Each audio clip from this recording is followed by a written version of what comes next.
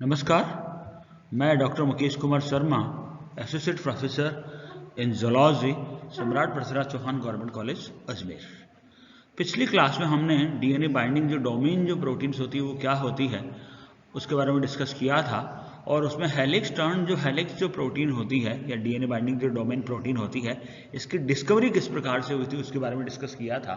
आपको फिर दोबारा से याद दिलाने के लिए, अब समराइज करने के लिए क्या था, बेसिकली कैसे पता चला हेलिक्स टर्न हेलिक्स का, कि बहुत सारे जो प्रोटीन्स होती है जो बैक्टीरियोफेजिस में या लैम्डा फेजिस में जो प्रोटीन्स जो थी, उनमें देखा गया कि उनकी है ना जो 15 से 20 न्यूक्लियोटाइड वाले 15 से 20 जो अमीनो एसिड्स की जो सीक्वेंस होती है वो सिमिलर होती है बेसिकली। ठीक है, तो उससे ये पता लगा, और वो सीक्वेंस में क्या विशेषता होती है, वो डीएनए बाइंडिंग से है ना जो के लिए रेस्पॉन्सिबल सीक्वेंसेस वो होती है। तो इसका मतलब क्या पता चला कि ऐसी प्रोटीन्स होती हैं जिनमें क्या होता है, कुछ अमीनो एसिड्स ऐसे होते हैं जो कि डीएनए से बाइंड कर जाते हैं, डीएनए से बाइंड कर जाते हैं, या अपन कहें डीएनए को रिकॉग्नाइज करके उससे बाइंड कर जाते हैं। इस प्रकार से अपन ने ये देखा कि कुछ सीक्वेंसेस ऐसी कॉमन होती है बहुत सारे प्रोटीन्स में, उनको हमने क्या कहा, हेलिक्स टर्न हेलिक्स प्रोटीन कहा। अब ये हेलिक्स टर्न हेलिक्स जो मोटिव है ये होता क्या है बेसिकली, जैसा मैंने बताया आपको कि these helix turn helix motif है ना initially identified as the DNA binding domain of bacteriophages repressor.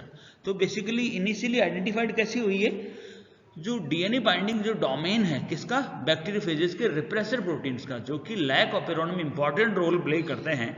ये बैक्टीरियोफेजिस के जो रिप्रेसर क्या करते हैं, लैक ऑपेरॉन या ऑपेरॉन के अंदर इंपॉर्टेंट रोल प्ले करते हैं। उसमें ये देखा कि कुछ प्रोटीन्स ऐसी होती हैं जिनमें कि डीएनए बाइंडिंग डोमेन पाया जाता है, उनको हमने कहा हेलिक्स टर्न हेलिक्स मोटिव कहा। ये जो रिप्रेसर्स होते हैं इनमें क्या होता है, दो अल्फा हेलिसेस होते हैं, जो कि एक जो अल्फा हेलिसेस होता है वो तो मेजर ग्रूव जो होता है डीएनए का उसके अंदर धसा हुआ रहता है, और दूसरा क्या होता है, उसके चारों तरफ एक कवर करके एंगल बना लेता है बेसिकली एक। यानी क्या हो रहा है, these repressor contains two alpha helices, दो अल्फा हेलिसेस है उसमें, एक तो कौन सा, one that lies in the major groove of DNA and other lies at an angle across DNA. यानी एक तो डीएनए के मेजर ग्रुप के अंदर है, और दूसरा क्या है, डीएनए को कवर करके अक्रॉस करके दूसरी तरफ वो सिचुएटेड होता है। These two adjacent alpha helices separated by a turn of several amino acids enable the protein to bind to DNA। अब ये जो अल्फा हेलिसेस होते हैं, जैसे ये दो अल्फा हेलिसेस है, ये क्या कर रहे हैं, एक सेवरल अमीनो एसिड्स का, बहुत सारे अमीनो एसिड्स का एक टर्न बना रहे हैं, जिससे क्या, जिसकी सहायता से क्या कर सकते हैं, ये डीएनए के ऊपर ये बाइंड कर सकते हैं। However, the alpha helix turned helix motif cannot fold or function alone, but is always a part of larger DNA binding domain, and amino acid residues outside the STS motif are important in regulating DNA recognition and binding. So इस प्रकार से क्या है basically कि ये जो दोनों alpha helices हैं ये एक अमीनो एसिड सीक्वेंस से जुड़े हुए हैं, और ये अमीनो एसिड सीक्वेंस क्या करती है, ये इंपॉर्टेंट रोल प्ले करती है डीएनए के ऊपर बाइंडिंग के लिए। इस वजह से हमने कहा कि ये जो एसटीएस मोटिफ होते हैं ये बड़े इंपॉर्टेंट है, किसके लिए, डीएनए रिकॉग्निशन के लिए तथा बाइंडिंग के लिए, और डीएनए रिकॉग्नाइज और बाइंड करके ये पर्टिकुलर जो जीन्स का ट्रांसक्रिप्शन ये करते हैं। ये एक एग्जाम्पल है, this is a lambda repressor of bacteriophage lambda that employs a helix turn helix to bind DNA. अब हेलिक्स टर्न हेलिक्स क्या है इसमें, देखो ये तो आपका ग्रीन के अंदर क्या है, ये हेलिक्स टर्न हेलिक्स है, ठीक है, और ये क्या आपका ये डीएनए है जिसके दो हेलिक्सेस हैं, एक आपका ब्लू से है और दूसरा रेड से है। इन दोनों हेलिसेस पे क्या आपकी बाइंड कर रही है, आपकी जो हेलिक्स टर्न जो प्रोटीन होती है वो बाइंड कर रही है, और ये किसका एग्जाम्पल है बेसिकली, ये बैक्टीरियोफेज के लैम्डा रिप्रेसर प्रोटीन्स का ये एग्जाम्पल है बेसिकली। तो ये क्या है, आपका हेलिक्स टर्न हेलिक्स है जो कि डीएनए के साथ में बाइंड कर रही है, और ये हेलिक्स टर्न हेलिक्स किसकी है, ये आपकी लैम्डा रिप्रेसर प्रोटीन्स की helix turn protein, helix turn helix DNA binding domain containing protein ये होती है। अब जैसे पहले मैंने बताया आपको कि जो दोनों जो अल्फा हेलिसेस है उसको क्या है, एक अमीनो एसिड का एक शॉर्ट स्ट्रैंड जोड़ता है। ये अमीनो एसिड का ये शॉर्ट स्ट्रैंड जोड़ता है। इनमें क्या हो रहा है, the recognition and binding to DNA by helix and helix protein is done by the two alpha helices, one occupying the N terminal end of the motif, the other at the C terminus end of the motif। तो basically क्या है कि एक protein में, जैसा आप सबको पता है कि एक C टर्मिनल रीजन होता है और दूसरा होता है आपका N टर्मिनल रीजन। तो ये क्या होता है, N टर्मिनल रीजन और C टर्मिनल रीजन क्या करते हैं, जो इस हेलिक्स टर्न हेलिक्स प्रोटीन के अंदर क्या करते हैं, रिकॉग्निशन एंड बाइंडिंग डोमेन का ये निर्माण करते हैं बेसिकली। तो ये जैसे सी टर्मिनल रीजन है, ये रिकॉग्निशन हेलिक्स है, ठीक है। इनमें क्या हो रहा है कि देखो आपके ये नॉन पोलर कॉन्टैक्ट है, ठीक है। ये क्या कर रहे हैं, नॉन पोलर कॉन्टैक्ट इस तरफ वाले, ये क्या कर रहे हैं, दोनों हेलिसेस को स्टेबलाइज करते हैं ये, ठीक है। और ये इस तरफ के जो रेजिड्यूज होते हैं, ये residues on this side form hydrogen bond with bases in the major groove. और ये क्या करते हैं, ये जो रेजिड्यूज होते हैं ये क्या कर रहे हैं, मेजर ग्रुव के बेसिस के साथ में हाइड्रोजन बॉन्ड का निर्माण करते हैं। तो ये जो दोनों मोटिफ है, जो एन टर्मिनल रीजन पे, सी टर्मिनल रीजन पे जो सिचुएटेड है, ये रिकॉग्निशन तथा बाइंडिंग का काम करते हैं हेलिक्स टर्न हेलिक्स प्रोटीन में। और रिकॉग्निशन और बाइंडिंग किसके साथ होती है, डीएनए के साथ में ये होती है।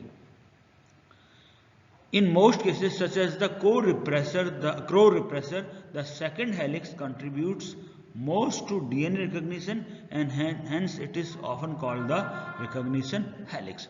जैसा मैंने बताया आपको कि इनमें जो ये दूसरा हेलिक्स है, सी टर्मिनल पे जो हेलिक्स है, ये क्या कर रहा है, बेसिकली डीएनए को रिकॉग्नाइज करने का काम कर रहा है।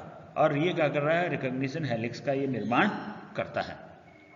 तो ये देखिए आप, ये एक अल्फा हेलिक्स है, ये दूसरा अल्फा हेलिक्स है, ये एन टर्मिनल पे है, ये सी टर्मिनल पे है। और सी टर्मिनल वाला जो अल्फा हेलिक्स है वो रिकॉग्निशन हेलिक्स का निर्माण करता है, रिकॉग्निशन का कार्य ये करता है।